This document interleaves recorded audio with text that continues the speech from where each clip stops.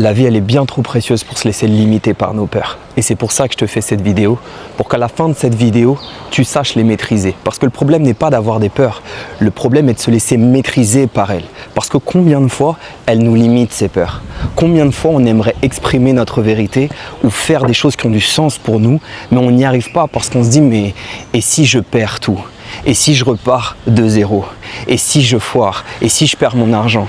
Et si je rebrise mon cœur? Et si je retombe? Est-ce que je serai capable de me relever? Et si je perds tout ce que j'ai bâti, est-ce que je vais réussir à me relever? Et très souvent, du coup, on limite notre vérité. Et si on limite l'expression de notre vérité, alors peu importe tout ce que tu pourras acquérir dans ta vie, un mariage parfait, de l'argent, un travail, tout ce que tu veux, peu importe ce que tu pourras acquérir, si tu limites la pleine expression de ta vérité, tu ne seras pas en paix, tu ne seras pas satisfait.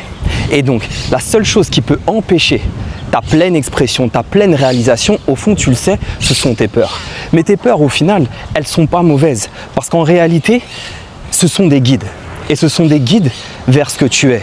Ce sont des guides vers ce que tu as à comprendre. Ce sont des guides qui vont te permettre de savoir quelle est cette partie blessée à l'intérieur de toi que tu as à guérir. Alors reste bien accroché dans cette vidéo parce que je vais te permettre de transcender tes peurs, en tout cas de les maîtriser, qu'elles ne te dominent plus, et on va le faire en 4 parties. La dernière partie, elle est hyper importante.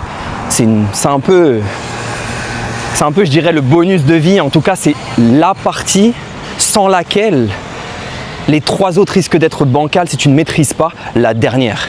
Tout ce que je vais te transmettre ici, c'est ce que je fais avec moi-même et c'est ce que je fais avec toutes les personnes que j'accompagne depuis 9 ans. Donc, la première chose qu'on va voir déjà dans cette première partie, c'est quoi cette peur? D'où elle vient cette peur? Pourquoi on a peur au final? La réalité, c'est que la peur, c'est quelque chose qui vient d'une douleur que l'on a vécue profonde dans un passé.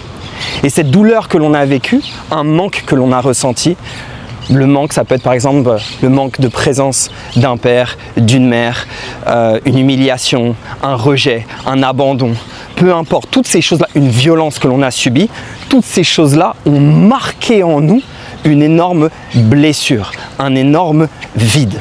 Et dans ce vide et dans cette blessure, il y a eu une cristallisation émotionnelle. Cette cristallisation émotionnelle, c'est justement ce que l'on appelle nos peurs.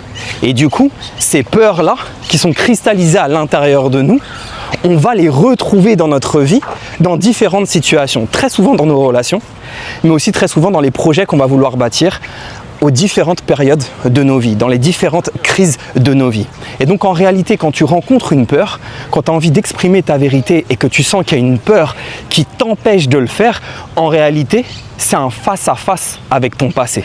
C'est un face-à-face avec ta partie blessée. C'est un face-à-face très souvent avec ton enfant intérieur blessé. En tout cas, ce qui est sûr, c'est un face-à-face avec notre blessure. Mais comme tu le sais, comme j'aime le dire dans plein d'autres vidéos, dans le mot blessure, il y a le mot anglais bless qui veut dire bénir, parce que dans ta plus grande blessure se trouve ton plus grand blessing. Et on va voir là, dans cette vidéo, et tu vas comprendre à la fin de ces 4 points, en quoi en réalité, cette peur va te pousser vers tout ce que tu peux accomplir derrière, si tu comprends ce qu'on va voir là. Donc là, on est dans cette première partie pour te dire d'où vient cette peur. Tu l'as compris, c'est une cristallisation d'une blessure passée et qu'à chaque fois que tu vas revivre cette peur, en vérité, c'est un face-à-face avec ton passé, c'est un face-à-face avec toi. Et là, tu as 2 choix. Soit tu vas laisser cette peur driver ta vie, et donc à chaque fois que tu vas la rencontrer, tu vas avoir tendance à la fuir ou à avoir une attitude de protection ou de réaction. Par exemple, dans une relation, là, il y a une personne que j'accompagne où en fait, à chaque fois qu'il va revivre une relation, à chaque fois qu'il va revivre une nouvelle relation, ça va mal se passer parce que la relation que lui a eue avec les femmes en général, et je dirais même la femme par rapport à ce qu'il a vécu quand il était petit, a été une relation douloureuse qui ensuite s'est traduite par une relation toxique, et donc il a baigné dans un climat de douleur, de violence, de toxicité par rapport à la femme. Et donc en réalité, sa meilleure manière de se protéger, c'est de réagir par rapport à des conflits quand il est dans une relation. Il va réagir avec ce qu'il a connu. Donc avec de la violence ou de la fuite pour se protéger. Et donc, tant qu'il ne guérit pas ça, il va laisser driver sa vie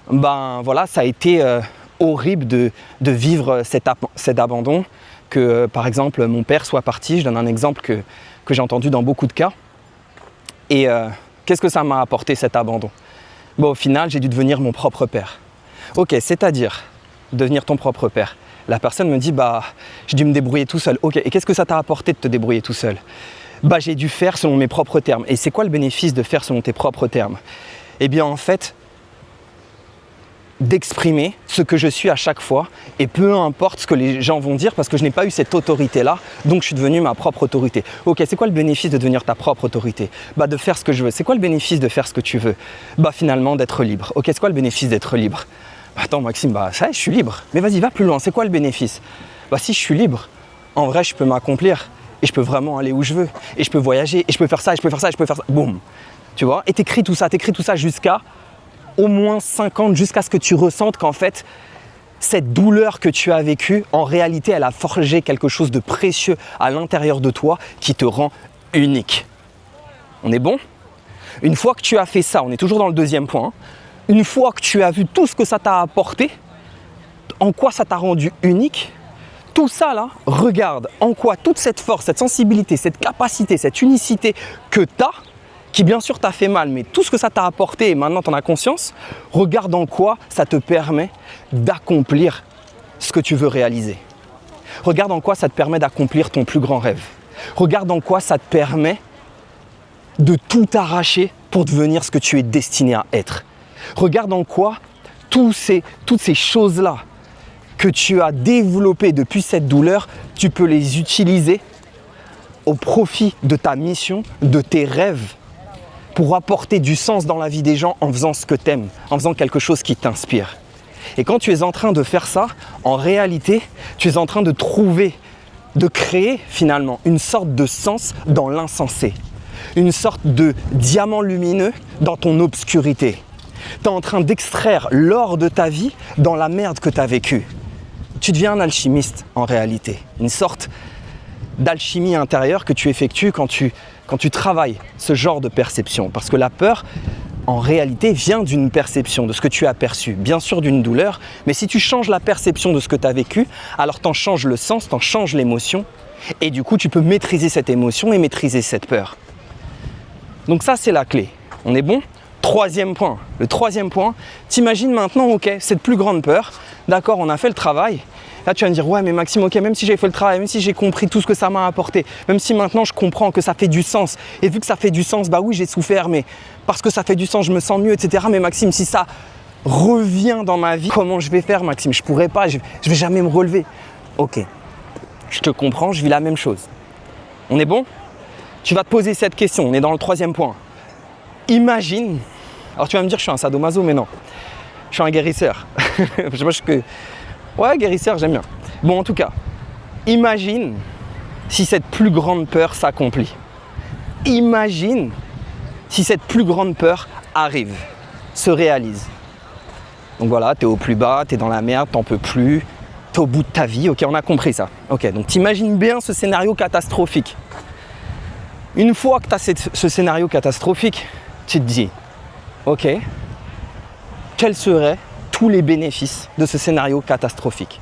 Tu fais le même travail que tu as fait dans ton passé, sauf que maintenant, tu te projettes dans le futur et tu anticipes la transcendance d'une blessure future. Là, on est dans le travail de maître. Comme un maître d'arts martiaux, il n'a pas besoin de se battre. D'ailleurs, les maîtres d'arts martiaux, en général, ils ne se battent jamais.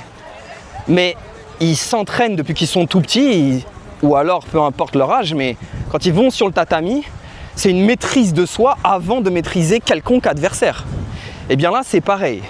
Tu anticipes une blessure future que tu vas savoir transcender, mais peut-être que tu ne vas jamais devoir utiliser toutes ces prises de kung-fu spirituel que tu es en train de faire. Mais tu te prépares parce que tu es un maître et tu n'as plus envie de te laisser dominer, tu as envie d'être libre et tu as envie de t'accomplir. Donc t'imagines que cette blessure, que ce scénario catastrophe se réalise et tu vas chercher encore 50 autres bénéfices. Et vu que tu as su le faire par rapport à ton passé, tu vas savoir le faire par rapport à ton futur. Là, ce que je te fais, c'est une masterclass. C'est un truc de, peut-être que là, tu es en train de m'insulter, de te dire que je suis complètement fou, mais parce que j'avoue que c'est pour un niveau avancé, mais je pars du principe que si tu regardes cette vidéo, c'est que tu es dedans, tu tu es dans l'axe et que tu es capable de le faire. Pour moi, on est tous capables de le faire. C'est une question de volonté. Est-ce qu'on a envie de se laisser dominer et de rester concentré sur ce qui nous fait mal, et on a le droit, ou est-ce qu'on a envie d'aller de l'avant? Je pense que si tu es là, c'est que tu as envie d'aller de l'avant. Donc on avance. On est bon sur ça? Ok, tu fais le taf, tu écris ces 50 bénéfices. Qu'est-ce qui va se passer quand tu fais ce taf-là? Ce qui va se passer, c'est que si du coup tu regardes tous les bénéfices potentiels futurs du scénario le plus catastrophique, tu vas commencer à dire, mais en fait, même si ça se passe, je peux quand même vivre encore, bâtir encore, créer encore, réaliser encore, faire des choses exceptionnelles encore. Et en fait, peut-être que ça va créer un nouveau sens dans ma destinée. Je vais pouvoir encore faire ça parce que à toi de lier, ça c'est vraiment une clé, à toi de lier de toute façon tout ce qui t'arrive dans ta vie, à toi de le lier avec ce que tu as envie de réaliser. Ça c'est vraiment la clé. C'est vraiment la clé de tout, hein, en général, que je répète dans beaucoup de vidéos. C'est tu prends ta plus grande blessure et tu regardes. Mais en quoi cette douleur ou cette crise me pousse vers l'accomplissement de ce que j'ai envie d'accomplir? Eh bien dans ce scénario catastrophique, c'est ça que tu vas te dire. Tu vas chercher tous les bénéfices en te disant mais en quoi ce que je suis en train de vivre là me pousse vers la plus haute vision de ma réalisation? En quoi dans ce scénario, si ce scénario catastrophique arrive, en quoi ça me permet de m'accomplir et de continuer de tout arracher derrière pour me réaliser? Et là, tu vas trouver encore un sens. Donc tu as trouvé un sens dans ton passé qui te permet de te relever. Parce qu'avec ce sens, ça va te donner du sens et ça va te permettre d'apporter du sens dans la vie d'autres personnes en faisant quelque chose qui a du sens pour toi. Tu imagines le chaos futur et tu trouves même du sens dans le chaos futur. Donc tu arrives à extraire de l'ordre dans du chaos. Là, tu deviens maître. Quatrième point, qu'est-ce que tu vas faire? C'est pour ça que je t'ai dit que si tu ne fais pas le quatrième, les trois autres, ils vont être bancals. Dans le quatrième point, il faut bien te dire une chose. La plupart du temps, le pire scénario que tu as imaginé dans ta vie, en réalité, il ne se réalise pas. La plupart du temps, ce pire scénario, il n'arrive pas. On est complètement paralysé par lui. Donc du coup, au final, on ne s'accomplit pas et on se perd. Alors que ce pire scénario n'arrivera pas. Donc tu arrives à la fin de ta vie sur ton lit de mort et tu te dis j'aurais dû faire ça, ça, ça, ça, ça. Mais si j'avais su, mais en fait, mais pourquoi je me suis privé de ça? Pourquoi j'ai pas osé faire ça? Mais c'est normal, tu as été paralysé par quelque chose qui n'existait pas et qui ne venait que de ta tête et surtout dans la tête de l'enfant blessé qui n'avait pas pu résoudre cette équation de sa souffrance. Sauf que là maintenant tu as vu cette vidéo et tu as les clés. Donc dans ce quatrième point, la clé c'est d'imaginer le best scénario. Le meilleur scénario. J'ai adoré cette interview de Will Smith où à un moment il dit au gars qui l'a interviewé et il dit ouais c'est vrai, tu peux crever, tu peux mourir, tu peux perdre la femme que t'aimes, tu peux perdre les gens que t'aimes, tu peux perdre tout ton argent, tu peux même être homeless, tu peux même finir SDF, dormir dehors, ok. Ça c'est le pire scénario et je suis d'accord avec toi, tu as le droit d'avoir peur. Il lui dit ça, il dit mais what would be the best scenario? Je sais que je l'ai déjà dit dans une vidéo, mais parce que ça m'inspire tellement. Et il lui dit vraiment ça, mais ce serait quoi le best scénario? Et en fait, je pense que la clé dans une vie, c'est vraiment ça, c'est de se concentrer sur le meilleur scénario. Quand tu fais le travail qu'on vient de faire là, oui, tu es conscient du pire, mais concentre-toi sur le meilleur. Au lieu d'imaginer autant de fois le pire, imagine autant de fois le meilleur. Tu as le droit d'imaginer le pire, mais du coup imagine aussi le meilleur, parce que sinon tu sais très bien que tes pensées génèrent des émotions qui vont générer une vibration qui, par la loi de résonance, vu que tu es une vibration, va attirer les choses, les gens et les situations d'une même vibration. Donc clairement tu sais très bien qu'en fonction de ce que tu penses, ça va définir ta réalité. Donc maintenant que tu es conscient de ça et que tu le sais, fais le travail qu'on a vu dans cette vidéo et enfin, au lieu de te concentrer sur ce qui te fait peur, concentre-toi maintenant sur le meilleur scénario possible. Et ça demande de la pratique. Parce que souvent on dit oui mais les mauvaises pensées elles reviennent. Oui mais c'est comme si tu ne te brosses pas les dents, le jaune sur tes dents va revenir. Donc il faut te brosser les dents tous les jours. Et bien là c'est pareil. Imagine le meilleur scénario et concentre-toi dessus tous les jours. C'est ce que je fais chaque matin. Et avant de m'endormir, je le fais aussi quelques minutes. Mais chaque matin je le fais au moins 10 minutes. En général entre 10 minutes et une demi-heure. Bien sûr j'ai aussi tous mes autres rituels que tu dois avoir aussi. De la prière, de l'affirmation, de la visualisation, etc. Je me concentre sur moi-même et j'imagine, je reviens en mon centre et j'imagine le meilleur scénario possible et j'imagine le vivre et le ressentir pour le vibrer et pour utiliser la loi universelle de résonance en ma faveur et attirer les choses, les gens et les situations de la fréquence du rêve que je veux réaliser. Eh bien tu fais ça tous les jours en ayant conscience de ce qui t'est arrivé, des blessures que tu as vécues. et en faisant l'extraction du sens de ce que tu as vécu, pour apporter du sens dans ta vie, en utilisant ça pour aller vers la plus haute vision de ta réalisation, en faisant quelque chose que tu aimes et qui t'inspire. Tu fais ça, waouh, ça y est, t'es maître. Tu ne deviens pas maître du jour au lendemain, mais tu as déjà l'attitude d'un maître. Et comme le dit Zig Ziglar, ce ne sont pas tes aptitudes, mais ton attitude qui détermine ton altitude. Donc si tu as l'attitude du maître, tu auras son altitude. Et c'est ce que tu veux, non? Donc, attends. Donc voilà. Donc, on est bon sur ça? Si ça t'a plu, dis-moi ce que tu en penses en commentaire. Dis-moi quelle est ta manière à toi de voir les choses. Dis-moi si tu vas l'accomplir. Bien sûr, abonne-toi, partage cette vidéo. J'en profite aussi pour te dire que, comme tu le sais sûrement déjà, je fais des accompagnements privés à distance en one-one. C'est du sur-mesure pour te permettre d'atteindre cette transformation de vie que tu désires. Donc voilà, je pense qu'on a tout dit. On avance comme d'hab, avec amour et foi. Et bien sûr, je veux rajouter que j'ai une newsletter qui s'appelle Les Textes de Pouvoir que j'écris depuis le 26 avril 2020 où le but c'est que chaque semaine je t'envoie un texte qui te reconnecte à ton pouvoir. C'est gratuit, dedans je t'envoie aussi toutes mes nouveautés, toutes les nouvelles vidéos et aussi des offres promotionnelles par rapport aux nouveaux coachings, aux nouvelles formations que je lance.